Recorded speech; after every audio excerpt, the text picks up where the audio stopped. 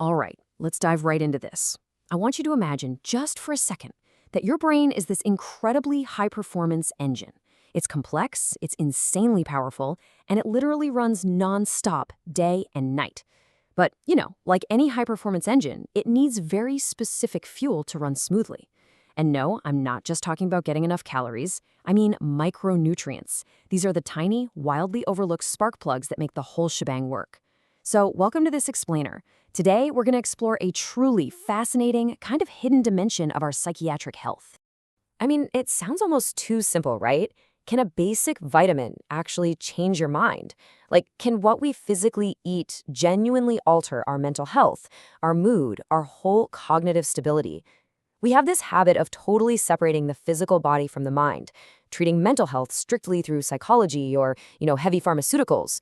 But today, we're looking at some hard clinical data suggesting that a massive missing piece to this whole puzzle might literally just be sitting on your dinner plate. To really get why this is so absolutely crucial, we got to look at the stakes here. 21 million. That's the number of adults in the US alone dealing with depression, almost 8% of the adult population. That's a staggering amount of people managing a condition that drastically impacts how they feel, think, and act. We clearly have an urgent need for really comprehensive mental health solutions. And look, therapy and meds are incredibly vital, obviously, but a number that massive tells us we need to be looking at literally every single tool in the toolkit. Which brings us to Section 1 of Forgotten Psychiatric Science. What's wild to me is how far back this actually goes. We're talking the 1920s. Researchers back then were already seeing that severe irritability and mood issues were directly tied to B vitamin deficiencies. They were actually using nutrients to treat mental illness, and it was working. But then, boom, the 1950s hit, psychiatric meds take over, and these nutritional therapies just get totally sidelined, pushed in a drawer. It's only right now, like present day, that we're finally seeing this major resurgence in the clinical study of vitamin therapy. And the bias against this has been intense, for sure. Get this, an old major medical textbook literally claimed routine prescription of vitamin preparations is indefensible. It is poor medical practice. Crazy, right? For decades, if you even brought up vitamins for mental health, people looked at you like you had two heads. The positive results were totally ignored, and any negative ones were blasted on a megaphone. But as we're going to see, modern science is absolutely dismantling that old-school skepticism. So, what exactly is the focus here? It's called nutritional psychiatry. Basically, it's the study of how dietary nutrients and vitamins act as physical fuel and what scientists call rate-limiting cofactors for brain function. Now, think of a rate-limiting cofactor kind of like a toll booth on a super busy highway. If that toll booth is closed because you're out of a specific vitamin, the traffic, which in this case is the production of essential brain chemicals like serotonin, just comes to a dead stop. Without those vitamins, your brain's engine just can't manufacture the chemicals it needs to actually feel good. Moving right along to Section 2, Vitamins for your mood. When you dig into the raw data, certain vitamins just pop out as absolute game changers for making serotonin and dopamine. You've got B12 and folate, which you get from leafy greens and fish, acting as the body's natural mood stabilizers. Then there's vitamin B1, or thiamine. Your brain uses this to physically turn glucose into energy. If you're running on empty there, your brain literally lacks the power to function, which leads to anxiety and memory slips. And vitamin D? Synthesized from sunlight, so yeah, mom was right. Getting outside actually helps. It's not just for strong bones. It is deeply tied to active mood regulation and brain development. And the power of these nutrients in an actual clinical setting is just undeniable. Take this major 10-week trial with women dealing with major depressive disorder. They were given a standard antidepressant, fluoxetine. One group got a placebo with it, and they had a 61.1% response rate. Not bad. But the group that took the fluoxetine paired with just a simple folate supplement, their positive response rate absolutely skyrocketed to 93.9%.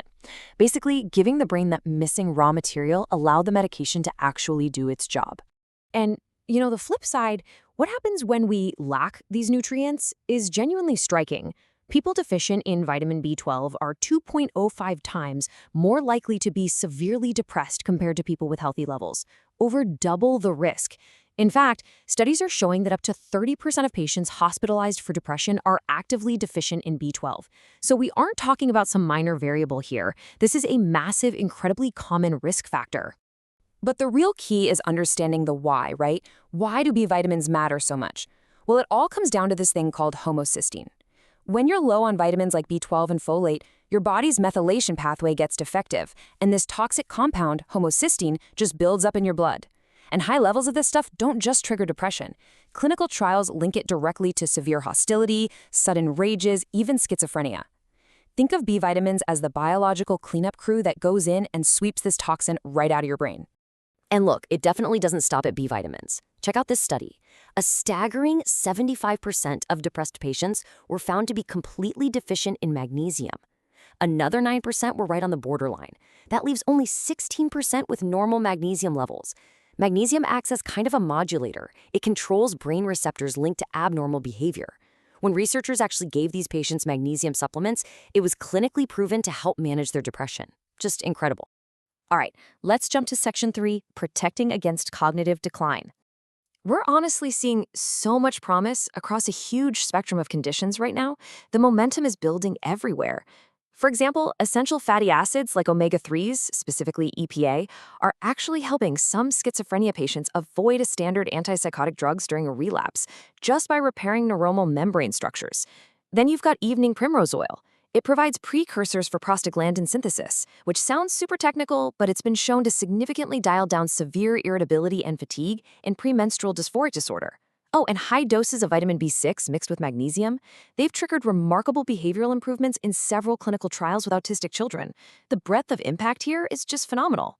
But I gotta say, one of the single most compelling pieces of evidence we have comes from the Honolulu Asia Aging Study. This was a massive long-term undertaking. They tracked over 3,300 Japanese-American men from the early 80s all the way into the 90s. What the researchers really wanted to zoom in on was the cognitive effect of combining vitamin C and vitamin E as these guys aged. The results, honestly, profound. The men in the study who regularly took a combination of vitamin C and E were 88% less likely to develop vascular dementia 4 years later. I mean, 88%. That is a massive reduction in risk. And even for the guys who didn't develop dementia across the board, the ones taking the supplements had a much, much better chance of maintaining really sharp cognitive and mental performance over the years. Now, you might be wondering, why both? Why not just pop some vitamin C and call it a day? The absolute genius here is in the biology. Vitamin C by itself gets oxidized pretty quickly. But when you pair it up with vitamin E, you get this beautiful synergy. As the vitamin C oxidizes, it literally regenerates the vitamin E. It creates this super durable, insanely powerful antioxidant shield that shuts down free radicals and actively hits the brakes on the cellular damage that leads to cognitive decline. It's like having a highly trained, microscopic defense system operating right inside your head. Which brings us to our final section, number 4, safely supplementing your mind. Okay, I want to pump the brakes for a second and clarify something absolutely crucial. And this comes straight from medical professionals. Vitamin supplements cannot and absolutely should not replace prescribed mental illness treatments or meds. If you're dealing with a mental health condition, nutritional psychiatry is an amazing, powerful complement to your treatment. It's how you optimize your brain's engine, but it is never, ever a substitute for your doctor's guidance and prescriptions. So, how do we actually put this into practice? First off, dietary supplements just don't work as a magic standalone fix. You have to build a solid foundation with a nutrient-rich, whole food diet. Think leafy greens, lean meats, those essential fatty acids. Once you have that, you got to protect it by cutting back on the big brain drainers. Alcohol, refined sugars, too much caffeine. And most importantly, always run it by your doctor before mixing concentrated vitamin supplements with any current medications, just to be sure there are no weird interactions. We've really seen today that the human brain is just this incredibly demanding machine, and the fuel we choose to give it literally dictates the reality we experience. A simple deficiency can drag you into profound depression, while getting the right synergistic nutrients can protect your memories for decades. So, as we wrap up this explainer, I want to leave you with one final, kind of provocative thought. What is your next meal actively doing to your state of mind? Thanks so much for hanging out with me today, and I'll catch you in the next explainer.